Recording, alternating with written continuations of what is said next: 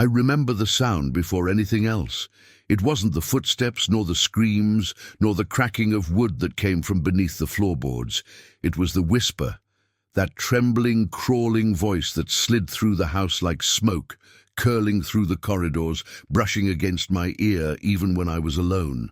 It spoke words I could never understand, yet I always felt they were meant for me, as if someone was calling my name from behind the walls. I was 17 when I first heard it, in the winter of 1887, when London was shrouded in a fog so thick it swallowed even the gaslights. The others in the boarding house said it was the wind, or the pipes, or the scratching of rats behind the plaster. But I knew the sound of breath, the rhythm of speech. That was no wind. That was something alive, something patient, something that waited. The cellar door stayed locked, always. Iron hinges, 4 bolts, and a wooden cross nailed over it. Yet every morning someone found it open again, and every week someone left the house and never came back. The landlord said it was nonsense, that London was full of ghosts and drunken tales, but I had seen the stains on his cuffs, and I had heard the dragging from below my room late at night, a wet, heavy sound that ended with a thud. The smell was what haunted me most. Damp, copper, and something sweetly rotten, like fruit left too long in the dark.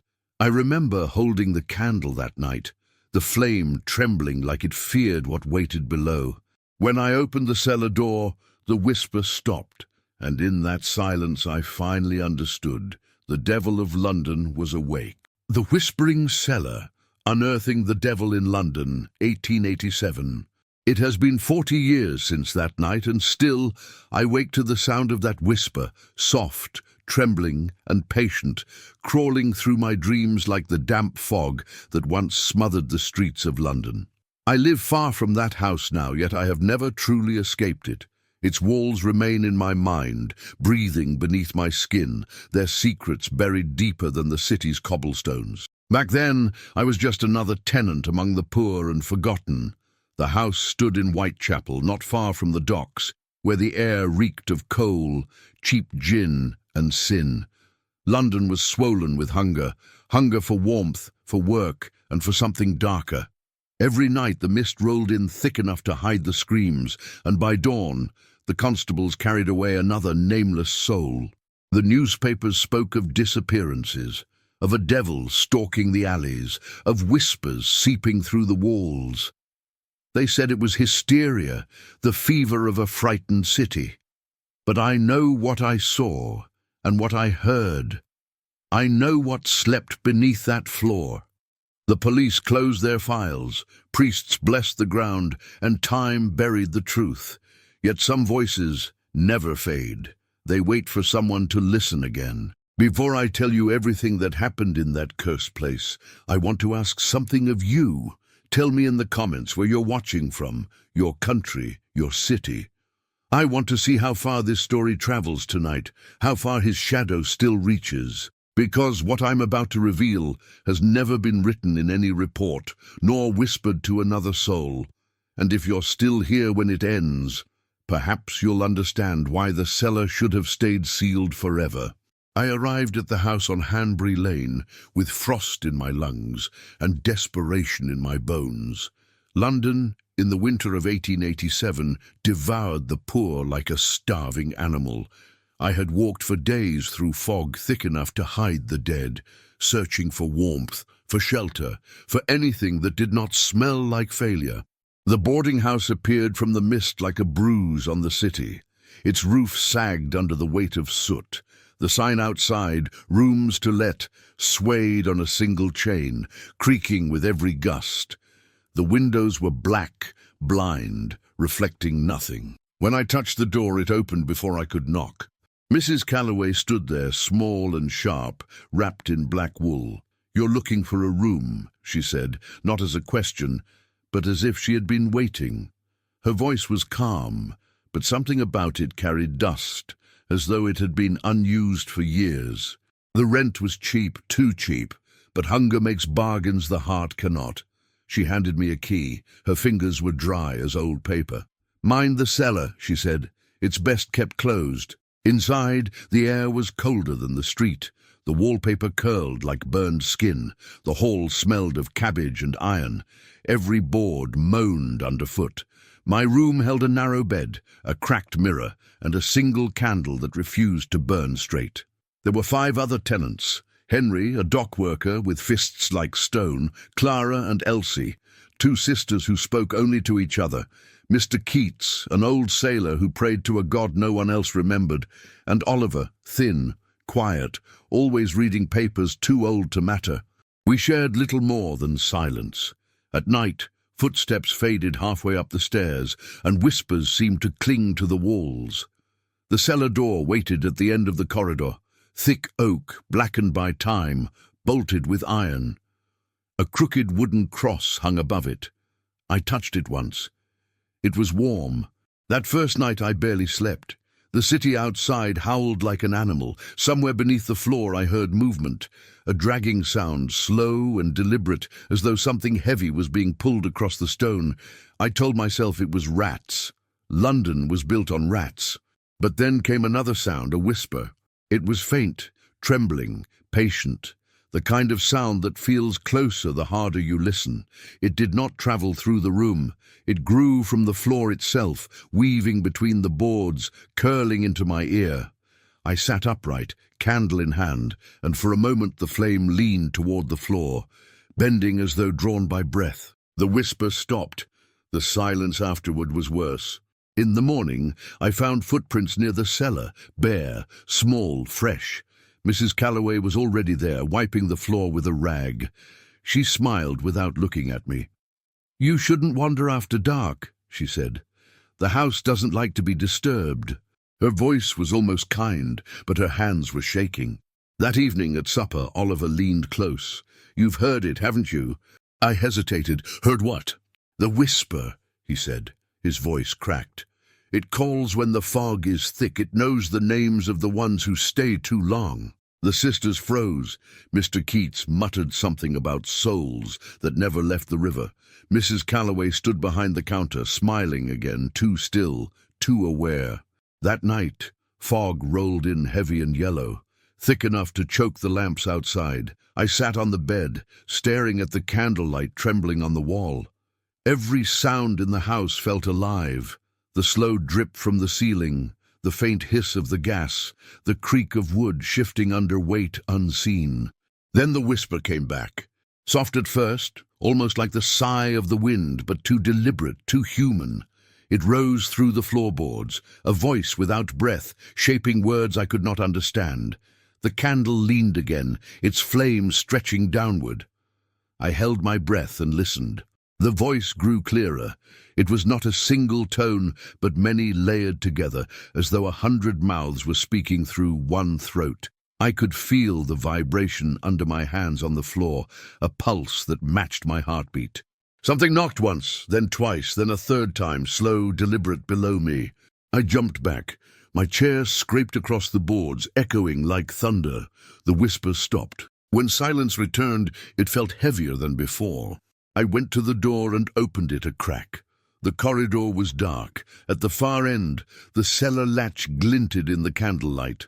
The cross above it had tilted, hanging by one nail, as if something had pushed from the other side. I whispered a prayer. I couldn't remember how to finish, and closed the door. My hands shook too hard to hold the candle steady. The whisper started again. Not from below this time, from within the walls, soft, wet, patient. I pressed my ear to the plaster. The sound pulsed there like breath trapped inside the wood. It wasn't calling for help. It was listening. The air in the room thickened, every shadow lengthening toward me. The candle bent once more, the flame bowing low. I felt warmth against my cheek, not from the light, but from the boards below. Something was awake. I wanted to move, to run, but fear pinned me. I could only sit, heart pounding in my throat, waiting for the whisper to fade. It didn't. It lingered like a thought you can't forget. Then from the dark beneath me, it changed. The tone softened, the rhythm steadied, and through that slow, trembling breath, it began to shape something new. A word. My name, not shouted, not even spoken aloud, whispered with care, syllable by syllable, like someone remembering it after a very long time. It didn't call to me, it recognized me, and I knew, with a certainty colder than the London fog, that whatever waited beneath that house had been waiting long before I ever arrived. I did not sleep that night. I watched the candle burn down to its stub and die, leaving only the glow of the fog pressing against the window. The whisper had fallen silent, but the silence itself felt alive, like a beast crouched in the corner of the room, waiting for me to move.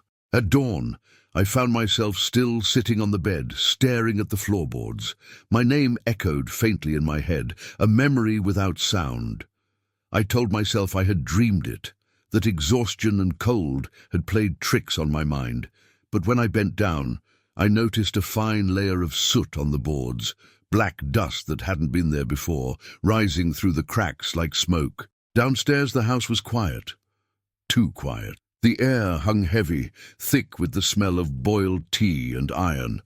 Mrs. Calloway was in the kitchen, humming a hymn I didn't recognize. Her hands were wet, and her sleeves rolled high, though I saw no basin, no dishes, no reason for her to be washing anything. "Oliver left early," she said without turning. "How do you know?" I asked. Her humming stopped. "Because his rent is paid," she said simply. Then she smiled. "That's how I always know." Her words chilled me more than the air. I looked down at her hands. The water on her wrists wasn't clear. It was pink. The day passed slowly. The fog never lifted, and the street outside stayed empty. The house felt like it was holding its breath. I heard movement in the rooms above and below, soft and uneven, but when I listened closely, it always stopped. By evening, only 2 candles remained in the hallway. One burned low beside the cellar, its wax running down the latch like tears. The sisters hadn't come home. Mr. Keats hadn't left his room all day. And Henry, loud, foul-mouthed Henry, had not been seen since morning. I called his name through the corridor. No answer. Only the sound of the wind groaning through the chimney. I knocked on his door. It swung open with a moan. The room was empty, the bed was made. His coat was gone, but his boots stood neatly by the wall. Henry never left his boots behind. A cold draught brushed past me, carrying a faint scent of wet soil. I turned toward the hall. The cellar door was open. I don't remember deciding to move, but my feet were already walking. Each step forward seemed heavier than the last, as though the floor itself resisted me. The candle's light trembled across the walls, revealing scratches along the plaster, thin, deep lines that ran downward, all pointing toward the cellar. When I reached the door, the smell hit me. Damp earth, mold, and something sweet like flowers left to rot in a grave. The steps disappeared into blackness. I could hear nothing from below, not even breathing. "Mrs. Calloway," I whispered. No answer. I turned to fetch another candle, but stopped. There was light below, faint and flickering, like the reflection of fire on wet stone.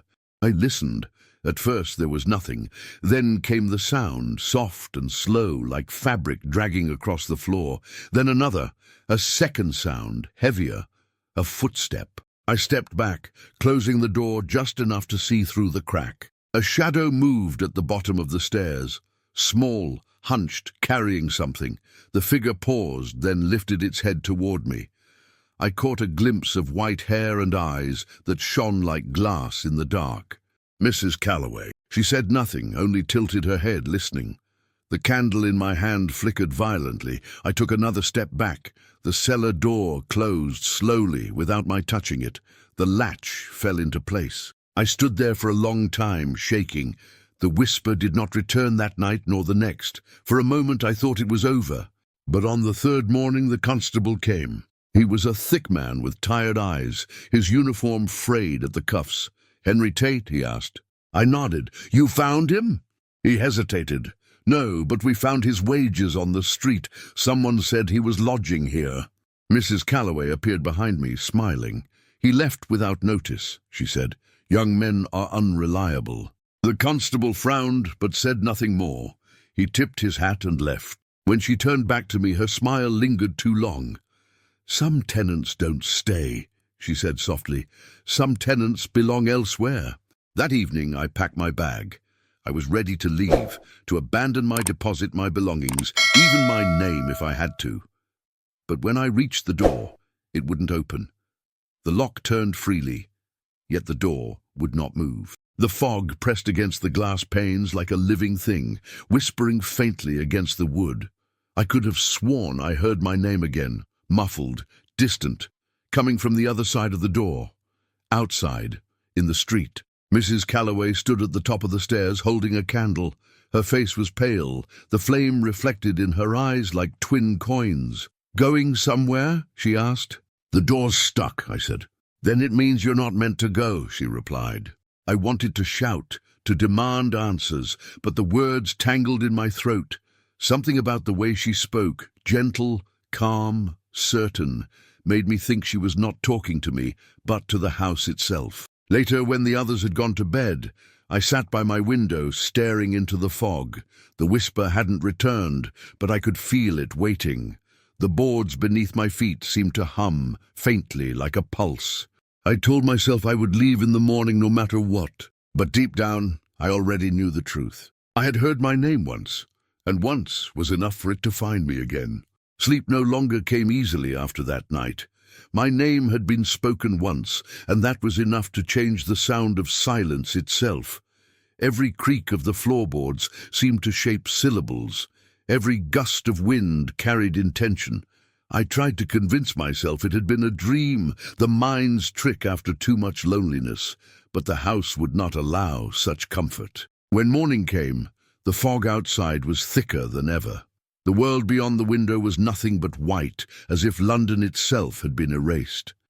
The street lamps glowed faintly through the haze, like candles burning under water. I sat by the window for an hour, waiting for the shape of a passer-by to emerge. None did. The city had vanished. Mrs. Calloway brought breakfast late that morning. She never knocked. She simply appeared, soundless, like the fog itself had opened the door for her. "You didn't come down," she said. "I wasn't hungry," I replied. She studied me for a moment. "The house has an appetite of its own. It notices when one of us starves." The words were strange, even for her. I wanted to ask what she meant, but the way she lingered in the doorway, smiling faintly, her fingers trailing along the wall as if feeling for a heartbeat, made me fall silent. After she left, I searched the floor near my bed where I'd heard the whisper. The boards were swollen and uneven, darkened by years of damp. I pressed my palm against the wood and felt a faint vibration, steady, pulsing, like the echo of a drum beneath the earth. I told myself it was a pipe, or the city's heartbeat reaching through the ground. But London had no heart, only noise. Oliver's absence was beginning to weigh on me. His room was still locked, but I sometimes heard movement inside. A shuffle, a sigh, the soft scrape of furniture. When I mentioned it to Mrs. Calloway, her expression did not change. "He's resting," she said. "He left something unfinished." "What did he leave?" I asked. She smiled. "A sound." The days grew colder. The fog seeped through cracks in the windows, coating the air with moisture that never dried. My clothes stayed damp, my boots soft with rot. Every time I lit a candle, the flame bent toward the floor, as though drawn by breath. I began keeping notes to stay sane. Each night I wrote down every sound, every shift in temperature, every word Mrs. Calloway spoke. But the longer I wrote, the less sense the words made. Whole sentences repeated themselves in my handwriting, though I didn't remember writing them. "The house is listening. The house is listening." Sometimes I heard faint scratching from the walls beside my bed, tiny, delicate like fingernails tapping for attention. Other times I woke to the smell of damp soil, though the windows were closed. On the 5th night after hearing my name, I found a piece of paper slipped under my door. It was yellowed and soft, like parchment left in water. 3 words were written in careful, trembling script. "Don't answer it." No name, no signature. I ran to the hall, but it was empty. Only the sound of the clock ticking in the kitchen and the soft hum of Mrs. Calloway's voice somewhere below. That evening I went to check the cellar door again. The cross was gone. In its place, a faint handprint smeared in dust. I knocked on the door of the sailor, Mr. Keats. He opened it only a crack. His single eye glimmered in the candlelight. "You've heard it too," he said before I could speak. I nodded. He stepped aside just enough for me to see the walls inside his room. Symbols had been carved into the plaster, circles, lines, and words written backward. "Keeps them quiet," he whispered. "Sometimes." "Who?" I asked. He pointed at the floor. "The ones beneath. When I looked down, I noticed something strange. The pattern of the wood grain was warped, as though heat had risen through it from below. That night, I didn't sleep at all. I sat at my desk, the candle trembling in its holder, and listened. The whisper did not come, but something worse took its place. A slow, scraping sound, like fingernails dragging along the underside of the floorboards. Then just before dawn, 3 knocks came at my door. "Who is it?" I asked. No reply. I opened it carefully. The corridor was empty, only fog creeping along the floor like smoke. At the far end, by the cellar, a single candle burned, one I hadn't lit. The door was open just a few inches. I told myself to walk away, to lock my door and wait for morning, but curiosity has a voice louder than fear. I stepped forward. The floor was cold beneath my bare feet. Each step echoed too loudly, as if the house were hollow beneath me. I reached the cellar and touched the edge of the door. The wood was warm, breathing faintly under my hand. Something shifted in the dark below. A whisper, distant, deep, like the murmur of someone speaking into the earth. I leaned closer, trying to catch the words. They were faint, rhythmic, almost like a prayer. Then a sound behind me, footsteps on the stairs. I turned quickly. Mrs. Calloway stood there, candle in hand, her face calm, eyes fixed on the open door.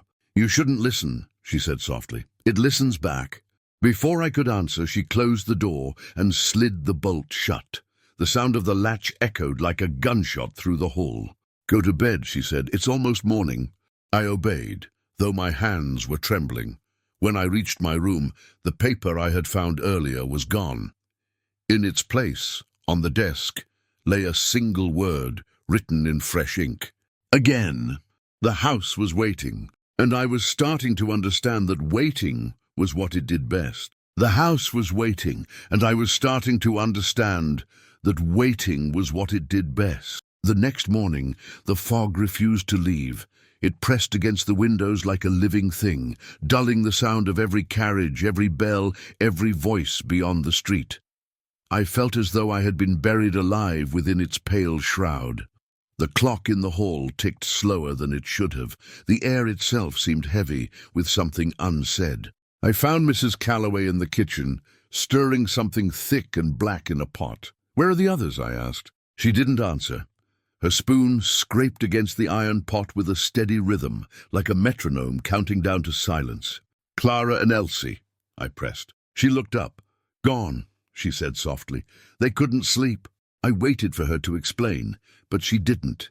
Instead, she set the spoon aside and smiled in that hollow, patient way she had. "You should rest," she added. "You're pale as death." When I returned to my room, I found the window open. The fog had crawled inside, filling the corners like smoke. My papers fluttered on the desk, though there was no wind.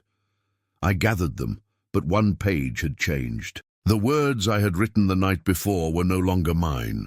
The handwriting was different, jagged, deliberate.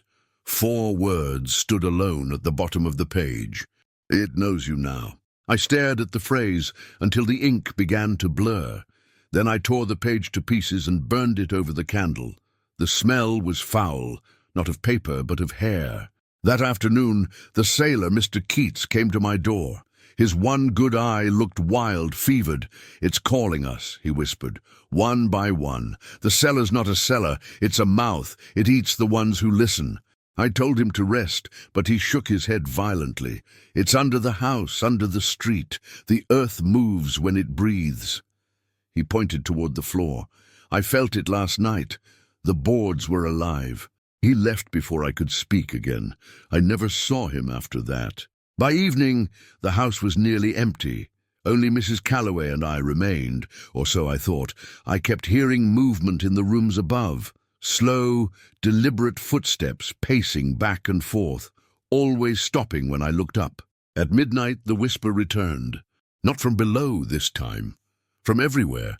The walls, the ceiling, even the air seemed to vibrate with it. I could no longer tell where it began or ended. The sound had become part of the house, part of me. I tried covering my ears, but it was inside my head now, a slow, patient murmur that matched the rhythm of my breathing. It said nothing clear, only fragments, syllables that shifted like smoke. Then I heard the door to the corridor creak open. "Who's there?" No answer, only the sound of slow footsteps moving past my room. I took the candle and stepped outside. The hall was darker than I remembered, as though the flame had lost its strength. My shadow followed me down the corridor, but it didn't move quite right, always half a second behind, as if waiting for me to stop. The cellar door was open again. I could see nothing beyond it, only blackness deeper than night. Yet within that blackness I felt movement, a slow undulation, like something breathing. The whisper rose, stronger now, filling the space between each heartbeat. "Mrs. Calloway," I called. No reply. Then from the dark below, a voice, clear this time, human. "Help me." It was Oliver. I froze. "Oliver, please," the voice said again. "She won't let me out." Every instinct told me it was wrong. The tone was his, but too calm, too steady, as if practiced. I stepped closer, gripping the candle until my hand trembled. "Where are you?" "Down here," the voice answered. "Come see." Something shifted in the shadows. The faint outline of a hand appeared on the bottom step, pale, slender, still. Then I saw another beside it, and another and another. Hands, dozens of them, pressed against the wall, rising slowly as though reaching for light. The whisper grew louder, no longer one voice but many, overlapping, filling the hall like water filling a lung. The candle went out. I fell back, groping for the wall, gasping for breath. The air was thick, wet, suffocating. When I finally relit the flame, the door was closed again, bolted from the outside. The latch was cold under my fingers. Behind it, silence. I staggered to my room, shaking. I locked the door, though I knew locks meant nothing here. The whisper didn't need doors. It was already inside the walls, inside my chest. I could feel it with every breath. At dawn, I found Mrs. Calloway sitting in the parlour, staring into the empty fireplace. She looked exhausted, her hands folded neatly in her lap. "You shouldn't have answered," she said without turning. "I didn't," I whispered. She smiled faintly. "Then why did it stop calling your name?" I didn't know how to respond. I only knew that she was right. The whisper no longer spoke to me. It listened, waiting, learning. That night, I dreamt of the cellar again. I dreamt I was standing on the stairs, the air thick and warm, the stones slick with moisture. At the bottom I could see something moving, slow, massive, breathing. It had no face, only a shape that shifted like fog. When I woke, I was standing at the top of the cellar steps, barefoot, candle in hand. The door was open. I had no memory of walking there. The flame flickered weakly in the draught. I could see nothing below but a ripple in the dark, as if the floor itself were made of water. For a moment, I thought I saw faces in it, faint, transparent, drifting like smoke. Then Mrs. Calloway's voice behind me, "Go back to bed." I turned. She stood in her nightdress, her eyes half open, her face blank. She was sleepwalking or pretending to. "You're afraid of it too," I said. "No," she whispered, "I'm part of it." She reached past me and closed the door. This time, she locked it with 3 bolts I had never seen before, each engraved with small symbols that glinted like teeth. "Sleep," she said again, almost tenderly. "It's hungry when you're awake." She walked away, candle trembling in her hand, until it disappeared into the fog of the corridor. I returned to my room and sat by the window until the first light of dawn touched the fog.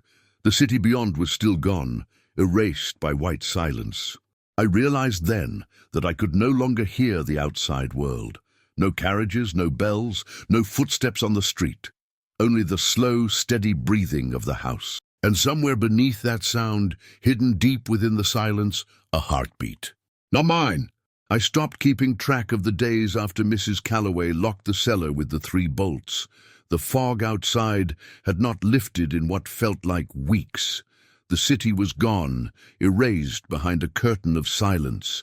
Only the house remained, suspended in an endless night of its own making. The candles burned faster now. Each flame seemed to devour its wick greedily, leaving behind the smell of smoke and something faintly sweet, like rotting fruit.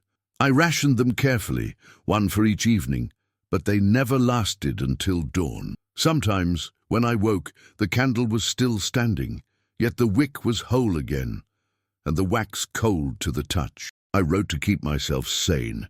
My notebook had become my only companion, though I no longer trusted the words inside it. Each morning, I found sentences I hadn't written. The handwriting was close to mine, but heavier, more deliberate. It repeated the same phrase over and over. It listens when you sleep. I tried tearing out the pages, burning them, but new ones appeared. The ink changed colors too. Black, then brown, then red. At first I thought it was blood, but when I touched it, it was dry, as though the words had been written long before I was born. The house creaked more each day, not the natural groan of settling wood, but a rhythm, a breathing pattern. I began to understand that the sounds had a sequence, like syllables forming meaning. Sometimes, if I stayed still long enough, I could almost translate it. It was trying to speak, and worse, I was beginning to understand what it was saying. The mirrors had started lying. My reflection no longer followed my movements perfectly. When I lifted my hand, it hesitated, as though it were waiting for something else to command it. The first time it happened, I thought it was a trick of the candlelight. The second time, the reflection smiled before I did. That was when I covered the mirror with a sheet. But I could still hear the sound of glass shifting behind the fabric, faint and deliberate, a tapping, like someone knocking to be let out. At breakfast, Mrs. Calloway spoke little. She seemed thinner, paler, her eyes ringed with bruised shadows. The house was feeding on her too. "Have you been downstairs again?" I asked. She stirred her tea without answering. "Downstairs doesn't stay where it's put," she said. "It climbs." I wanted to believe she was mad, but madness didn't explain the smell that now filled the house, damp stone and soil, as though the cellar were breathing through the floorboards. That night, I dreamed of Oliver again. He stood at the foot of my bed, his face pale and hollow, his hands hanging limp at his sides. "You listened too long," he said. "Now it knows your rhythm." When I woke, my hands were bleeding. Thin scratches ran across my palms, perfectly parallel, as if drawn by fingernails from the inside. I tried to leave that morning. I opened the door to the street, but the fog outside was solid like stone. When I pressed my hand against it, the surface rippled. I saw faint outlines moving inside, shadows with no shape, drifting like bodies beneath ice. I closed the door and locked it again. At noon, the whisper returned, not from below this time, but from inside the walls. I followed it, ear pressed to the plaster. The sound moved as I did, crawling behind me, always just out of reach. I stopped in front of Oliver's locked room. The whisper was loudest there. I knocked softly. The answer came at once. 3 knocks, slow and deliberate, matching mine exactly. I stepped back, staring at the door. Dust fell from the hinges, and for a moment I thought I saw the handle tremble. "Oliver?" "Nothing." Then faintly, "Don't let her in." I froze. Her who? No response, only the sound of breathing. Not mine, not human. When I turned, Mrs. Calloway was standing at the end of the hall, her eyes fixed on the door. Her expression was unreadable, half sorrow, half relief. "Come downstairs," she said quietly. "The tea is ready." I didn't argue. The parlor was dim, the curtains drawn. The clock on the mantel had stopped at midnight and stayed there. Mrs. Calloway poured the tea slowly, watching the steam rise as though reading it like scripture. "You shouldn't speak to him," she said. "He's alive," I insisted. "He's trapped in there." She smiled sadly. "They all are." I wanted to demand an explanation, but the room began to tilt slightly, the way it does in dreams, when you realize you're no longer awake. The sound of the whisper filled the air again, faint, steady, blending perfectly with the ticking of the clock that had stopped. "You hear it too," I said. "I don't hear it," she replied. "I am it." The cup slipped from my hand and shattered on the floor. She didn't flinch. Her eyes looked through me, past me, as if she saw something standing just behind my shoulder. "It's learning your steps," she said softly. "Your voice, your breath, your heartbeat. Soon it won't need you to speak. Soon it will speak for you." I turned toward the mirror above the mantel. The sheet was gone. My reflection stared back, smiling. I stumbled backward, knocking over the chair, but the reflection remained still. Then it blinked, once, slow, deliberate, and mouthed the words, "It's almost time." Mrs. Calloway stood, her face drained of all color. "Go to your room," she whispered. "Lock the door. Whatever happens tonight, don't open it." I obeyed. As I climbed the stairs, the whisper grew louder. It followed me like breath on my neck, threading through the cracks of the walls. The boards beneath my feet were warm again, pulsing faintly. When I reached my door, I found another note pinned to it, written in the same heavy hand as before. "When it knocks, don't answer." I tore it down and went inside, bolting the door. The candle flickered wildly, as if caught in a storm that only existed in that room. The whisper circled me, invisible but certain. I felt it pressing against the air, curling into my ears, into my thoughts. The house was no longer just around me. It was inside me. I sat at the desk, clutching the pen until my knuckles ached, and began to write. Anything, everything. But the words came out wrong. The ink bled across the page, forming letters I didn't recognize. I tried again, harder, faster. The pen moved on its own. When I looked down, I saw the sentence repeated over and over in a hand not mine. "You are writing us." I don't remember falling asleep at my desk, but I woke with ink on my hands and the pen still moving.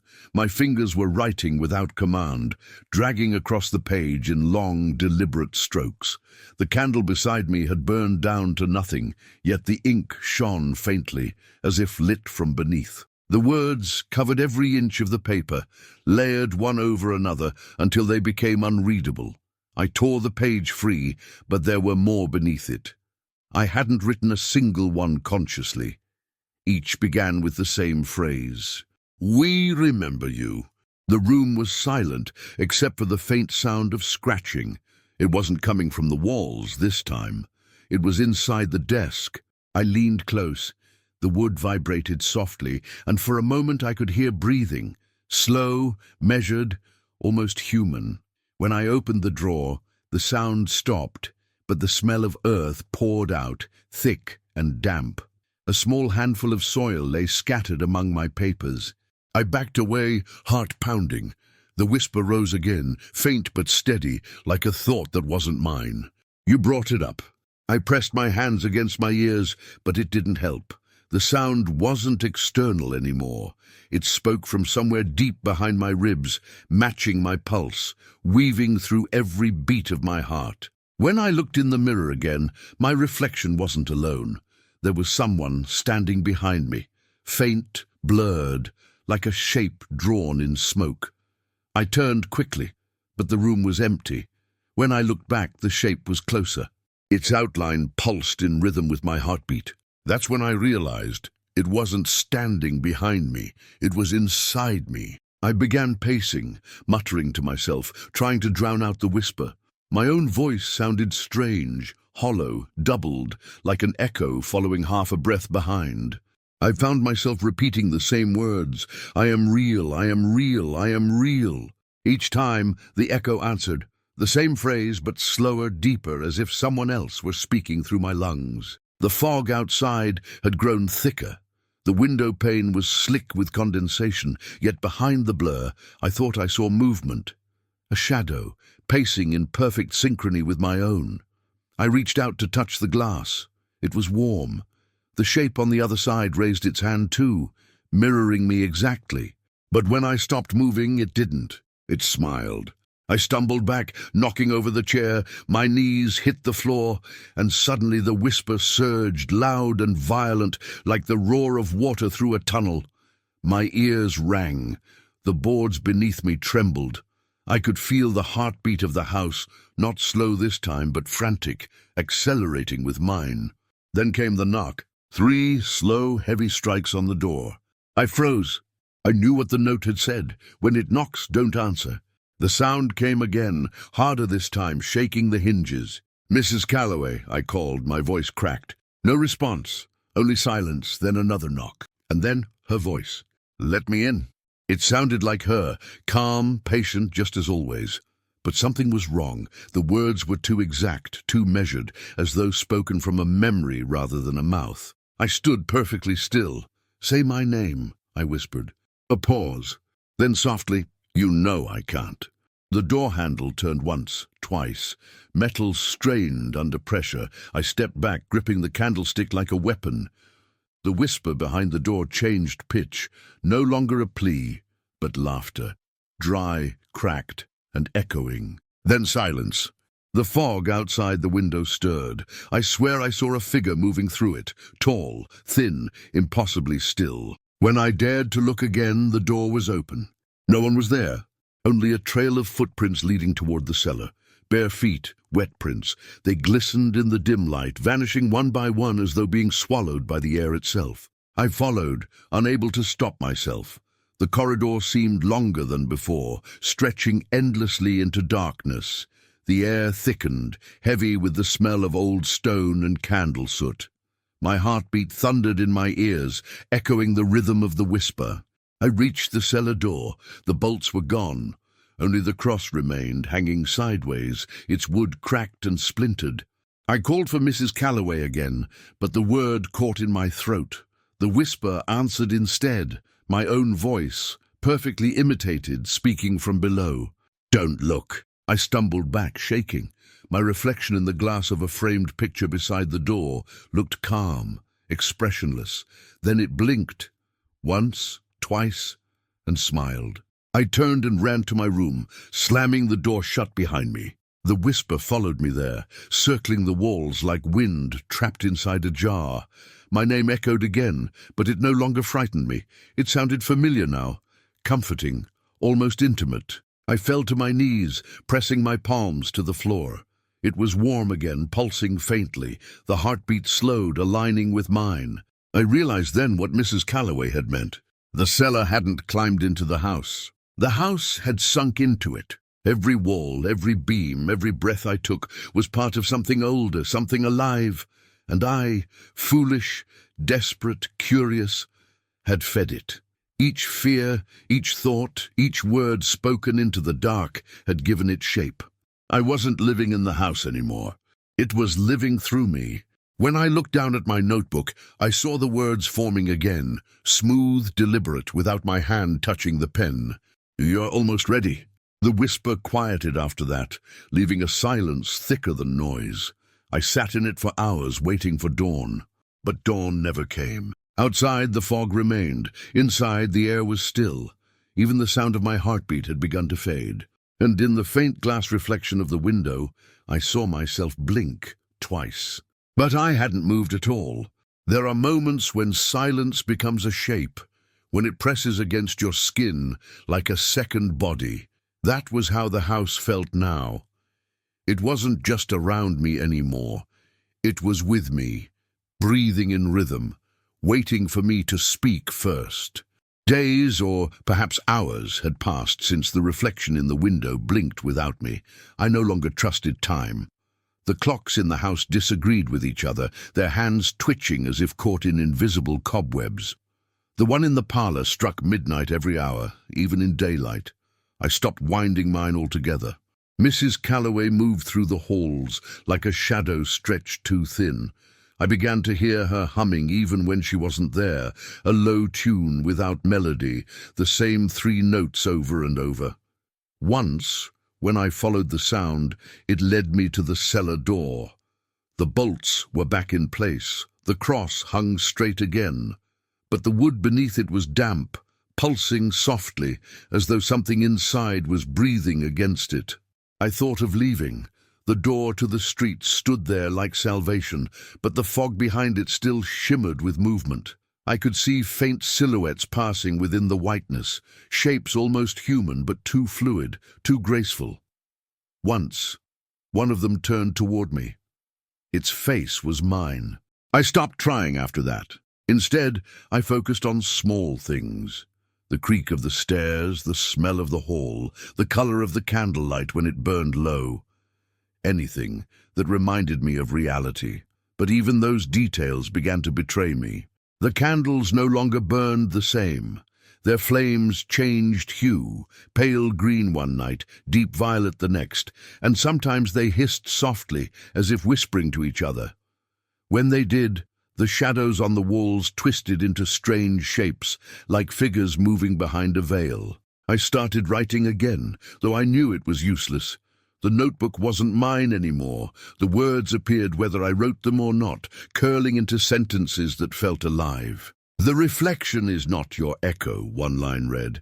"It is what remains when you stop being." Another simply said, "The cellar remembers." I found Mrs. Calloway in the kitchen that evening, sitting by the fire that no longer gave warmth.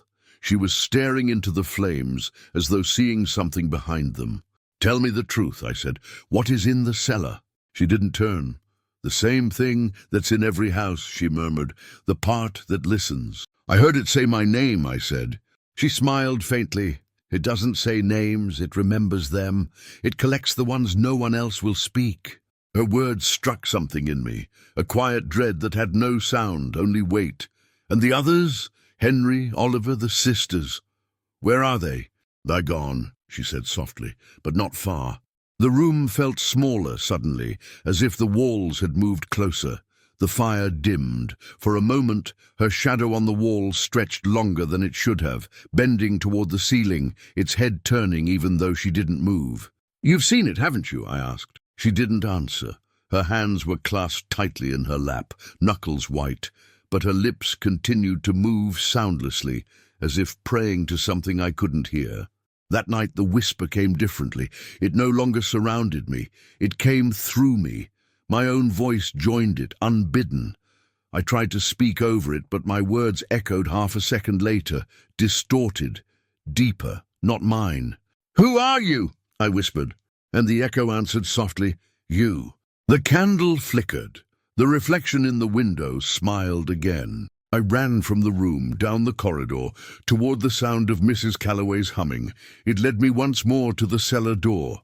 The bolts were gone again. "Stop!" I said aloud, though to whom I didn't know. "Stop opening it." The humming ceased. Then from the other side of the door, I heard her voice, calm, patient, familiar. "You left it open first." I froze. She was standing behind me. "Who is in there?" I asked. "No one," she said.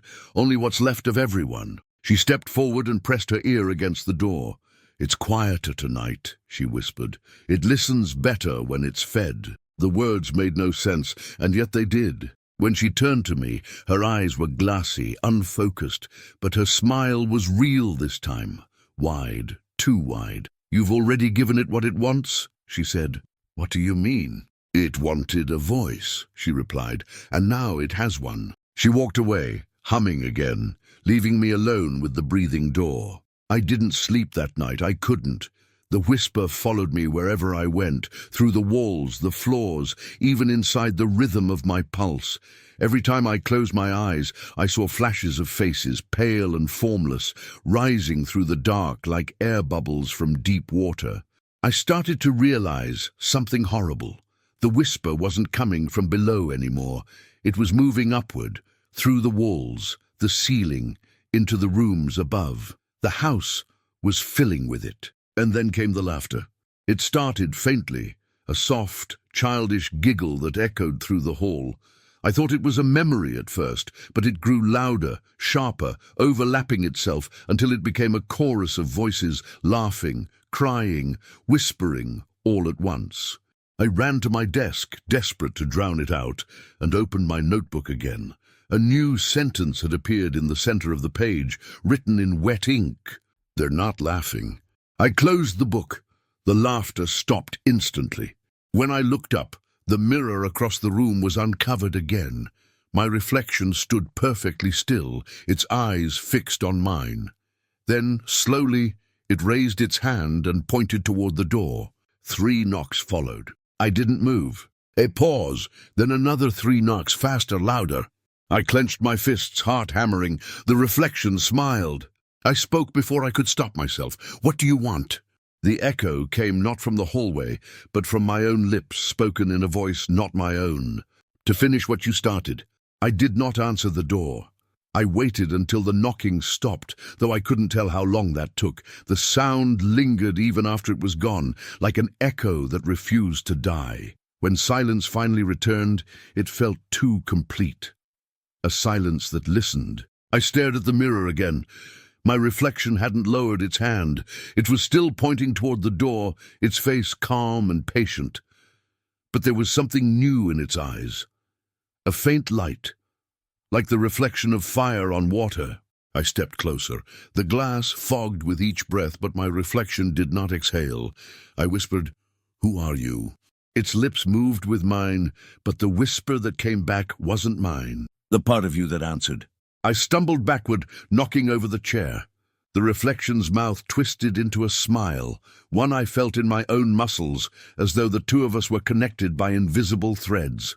Behind me, the floorboards creaked. The sound came slowly, steadily, like footsteps moving through heavy air. I turned, expecting the door to swing open, but nothing moved. The noise was inside the walls. "Mrs. Calloway?" I called. My voice sounded wrong, stretched as though spoken from a great distance.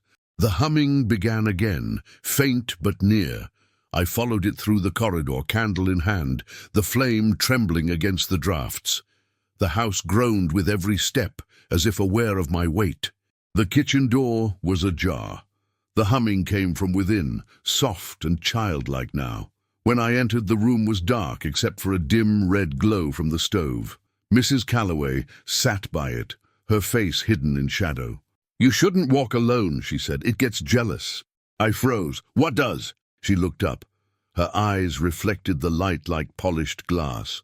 "The one that remembers," she said. "It liked you before you ever came here. That's why you found this house and not another."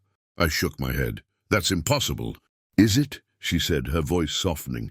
"Do you think you were lost by chance? The cellar calls what it needs.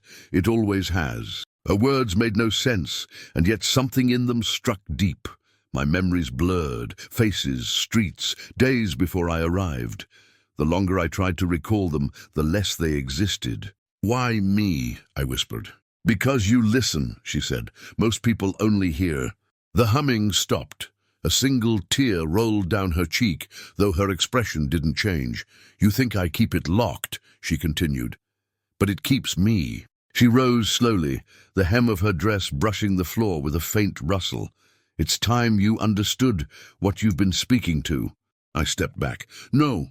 "Yes," she said gently. "It already wears your breath." She walked past me, toward the hall. I followed her despite myself. The air around us grew heavier with each step, carrying the scent of soil and something faintly metallic. The closer we came to the cellar, the more the walls seemed to narrow, the wallpaper pulsing faintly as though veins ran beneath it. When we reached the door, the bolts were gone again. The cross hung upside down. Mrs. Calloway placed her hand on the wood. "Do you feel it?" The wood throbbed under her palm. I could see it, the faint movement like breath. She smiled faintly. "Every house has a cellar," she whispered, "but not every cellar has a house." Before I could stop her, she opened the door. A rush of air escaped, warm, damp, heavy with the smell of iron and candle smoke. The darkness below wasn't black. It shimmered, as if filled with moving shapes that didn't reflect the light, only absorbed it. She started down the steps. "Wait," I said, but my voice came out cracked, weak. She turned, candlelight glinting in her eyes. "You wanted to know who you were speaking to," she said. "Come and listen properly." The whisper rose from below, deep and slow, like breath being drawn through miles of stone. It filled my ears, my chest, my thoughts. It was inside everything. The boards, the walls, the air, me. I should have run. I didn't. I followed her down the stairs. The air grew thicker, warmer. Each step sank slightly, the wood soft like flesh. My candle dimmed until only her light remained, flickering weakly ahead of me. The walls pulsed with faint luminescence, the texture uneven, almost organic. When we reached the bottom, I realized there was no floor, only mud, glistening under the candlelight. Pools of black water reflected nothing. Mrs. Calloway stopped. "It used to be smaller," she said quietly, before it began remembering. "What is it?" I whispered. She looked at me then, her face serene, her eyes reflecting that same faint glow as the walls. "It's what's left, when memory forgets itself." The whisper swelled, the air trembled. I dropped the candle and the flame went out, but the darkness still glowed faintly from within, breathing. I could see shapes moving through it. Faces, limbs, pieces of people merging and separating like liquid shadows. "They listened too long," she said. "Now they speak only in echoes." I stumbled backward, my boots sinking into the mud. My reflection, or something like it, surfaced in the black water, smiling up at me. Its eyes were hollow. Mrs. Calloway knelt beside one of the pools, dipping her fingers into it. "It's hungry," she murmured. "It always is, but it doesn't eat flesh. It eats what remembers flesh." The whisper surged again, deafening now. The walls shook, water rippled violently. I covered my ears, but the sound came from inside my head, voices overlapping, calling my name, calling hers, calling everyone who had ever stood in that house. I screamed for it to stop. And it did, instantly. The silence that followed was worse, immense, endless. The mud beneath my feet stilled. The air froze. Mrs. Calloway's candlelight vanished. Then softly, the voice that spoke wasn't hers or mine. "Now you remember." I turned toward the stairs. They were gone. Only the door remained above, closed, bolted from the other side. And in that moment, I finally understood what Mrs. Calloway had meant. The cellar wasn't below the house anymore. The house was below it. The candle had died long before I realized I was still holding it. Its wick was a curl of smoke that trembled in the breath of the cellar, and my hand ached from how tightly I gripped the holder. I could see nothing, yet I knew the walls still surrounded me. Close, patient, alive, the dark had weight now, pressing against my ribs like an invisible hand. Somewhere ahead, something was whispering again. Not from distance, from the air itself, from the moisture between each breath. It carried my name, softer than before, like an afterthought. Thomas. I turned toward the sound, though I already knew it was everywhere. The air rippled faintly as if stirred by heat, but the cold that followed was sharp enough to burn. "Mrs. Calloway?" I said. The sound of my voice was smaller than I expected, as though the cellar swallowed it before it could belong to me. The whisper stilled, waiting. Then it repeated, perfectly, "Mrs. Calloway." My pulse quickened. The voice was mine. I stepped backward, boots sliding on damp earth, and something beneath my foot shifted, soft, pliant, like fabric soaked through. I lifted the candle holder, though there was no flame, and saw the faint outline of a shoe. It was hers. The realization broke something in me. I knelt, trembling, brushing mud away until I saw fingers, pale and still. Her eyes were open, not in terror but peace, her mouth curved in the faintest smile. She had never left. She had never climbed those stairs. A low hum began to spread from the walls, like wind caught inside a bell. The ground trembled beneath me, not violently but rhythmically, a pulse. The cellar was breathing again. "Why?" I whispered. "Why me?" The hum grew louder, vibrating through my bones until I could feel the answer more than hear it. A voice, or the shape of one, formed around me, speaking from every surface. "Because you listen." It wasn't one voice anymore. It was hundreds, men, women, children, all speaking in unison, all using my cadence, my tone. "Because you kept your fear quiet. Because you gave silence a home." I stumbled backward until I hit the wall. It pulsed faintly, soft as skin. When I pressed my palm against it, I felt a heartbeat, slow, massive, patient. "Where are the others?" I demanded. "Henry, Oliver, the sisters, where did they go?" "Nowhere," the voices said. "They became what remains." A shape emerged ahead, faintly luminous, not light but memory of light. It looked human but wrong, its edges blurred, its proportions uncertain. Its face shimmered like reflection on disturbed water. "Who are you?" I whispered. The figure tilted its head. "You." It stepped closer. The ground beneath its feet rippled as though it walked upon the surface of a pond. I stepped back, but it mirrored me perfectly, every motion, every breath. When I raised my arm, it raised its arm, but then, a moment later, it didn't lower it. "You're not me," I said. "Not yet." The sound of dripping water grew faster, louder, 1,000 drops falling in unison. The shape stopped inches away.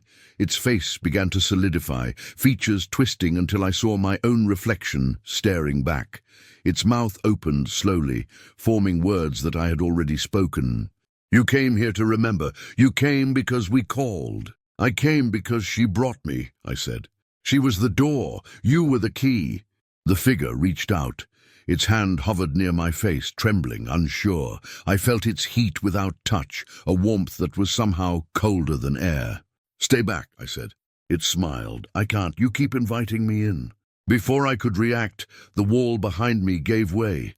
Not breaking, breathing. The surface opened slightly, pulling me backward with a slow, wet sound. I fought against it, but my hand sank into the wall up to the wrist. The texture was soft, warm, and horribly familiar. Flesh that remembered being stone. I tore free and fell to the floor, gasping. The ground beneath me moved again, this time in rhythm with my heartbeat. Each thud echoed through the earth, coming back louder, stronger. The cellar wasn't echoing me. I was echoing it. I looked down. My reflection appeared in a thin film of water, pale and trembling, but it wasn't doing what I was. It was smiling. Then it spoke, though my lips didn't move. "It needs a mouth. You've kept yours clean." "Stop!" It doesn't feed on sound. It feeds on what sound leaves behind. The reflection's eyes grew darker until they were holes. I tried to look away, but my own gaze betrayed me. Something deep within me, a memory of being afraid, began to slip away, replaced by calm. "Who are you really?" I asked. "We are the pause between your words." The walls began to shift again, their surfaces slick with movement. Faint outlines of hands and faces pressed outward from the inside, stretching the texture, gasping for release. I recognized some: Oliver, the sailor, the sisters. Their mouths moved in perfect silence, and I understood suddenly that they weren't trapped in the cellar. They were the cellar.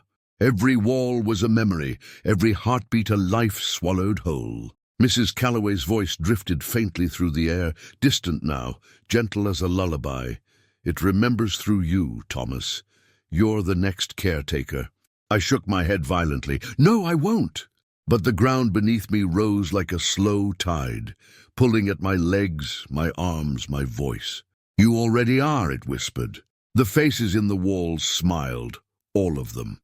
And for the first time I understood what the whisper had always been. Not warning, not hunger, but welcome.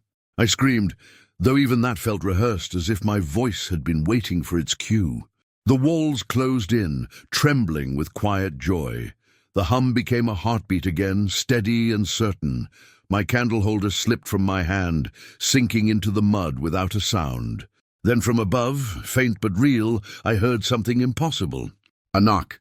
3 times. Not from the cellar, but from the house above. I froze. The sound was crisp, human, alive. Another knock followed. "Who's there?" I whispered, though I already knew. The answer came from the reflection in the water. Its lips formed the words before I did. "You?" The cellar pulsed once, slow and deep, like a creature taking its final breath before sleep. The knocks above grew louder, echoing through the mud, through the walls, through me.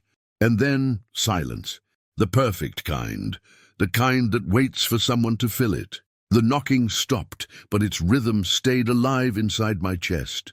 3 beats, a pause, 3 more. The pattern repeated itself, slower each time, until it sank perfectly into the tempo of my pulse. I waited for another sound, for footsteps, for breathing, for anything human. But the silence that followed felt final. It wasn't the silence of emptiness.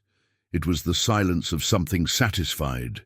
I looked up toward where the door should have been, though I could no longer tell which way was up. The walls pulsed faintly, their surfaces glistening with moisture. Shapes moved just beneath, sliding against each other like lungs beneath skin. I realized then that the house above me was no longer separate from this place. The cellar had risen, or perhaps the house had sunk. They were one now, a body, breathing through its rooms, and I was inside it. A soft sound drew my attention, not from outside, but within. It came from my chest, faint at first, then clearer. A whisper, my name, spoken from inside my own breath. I pressed my hand against my sternum, feeling the vibrations. The whisper wasn't echoing, it was speaking. Thomas. I staggered backward. Get out of me! The reply came calmly, lovingly. You are the door, Thomas. Doors do not open from the outside. I clutched my head, trying to block it out, but the voice grew louder. Every heartbeat, every blink, every breath carried words I didn't want. The cellar wasn't around me anymore. It was inside me, using my thoughts to find new ways to remember itself. The reflection in the black water rippled and shifted.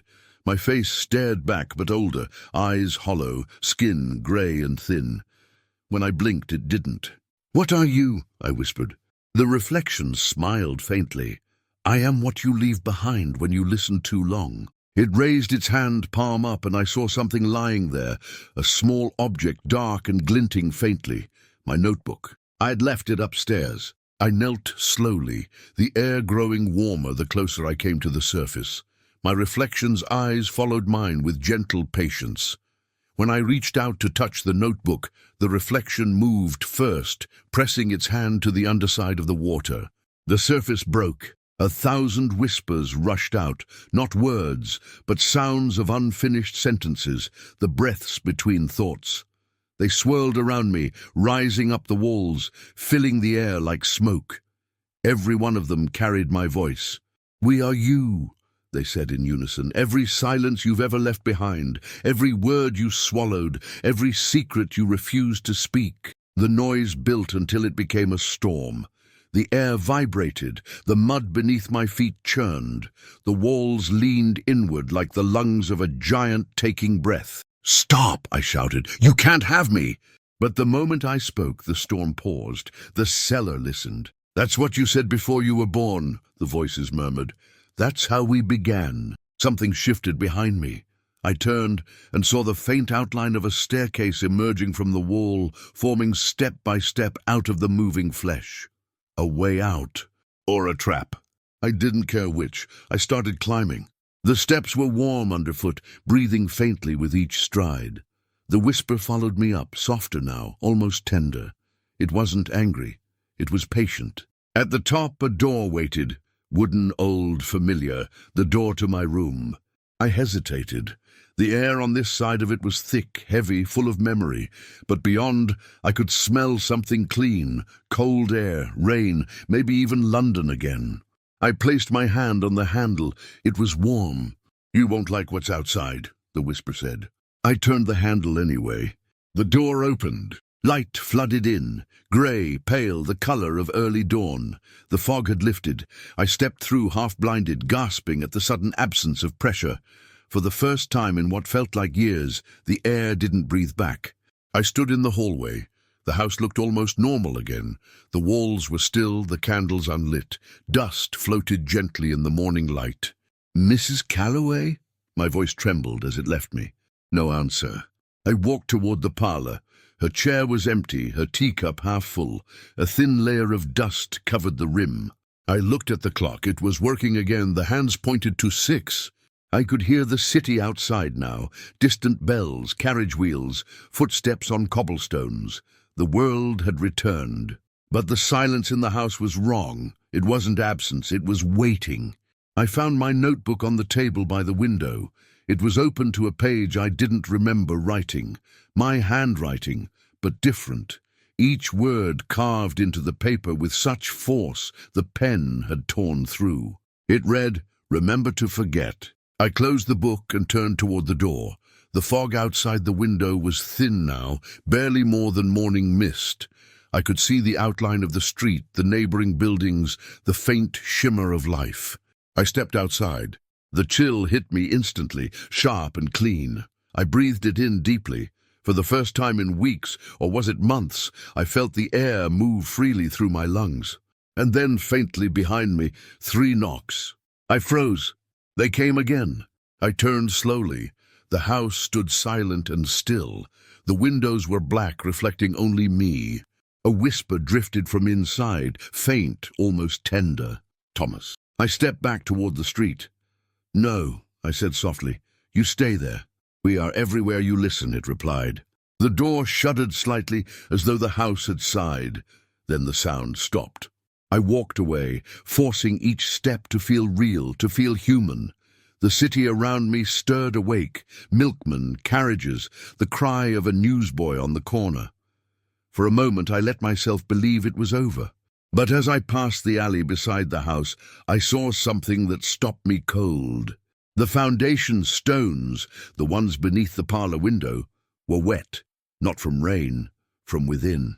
The moisture seeped outward, dark and slow, spreading across the pavement like veins. And from somewhere deep inside the stones, I heard it again. A whisper, so faint it could have been my imagination. "You opened the door, now we can breathe."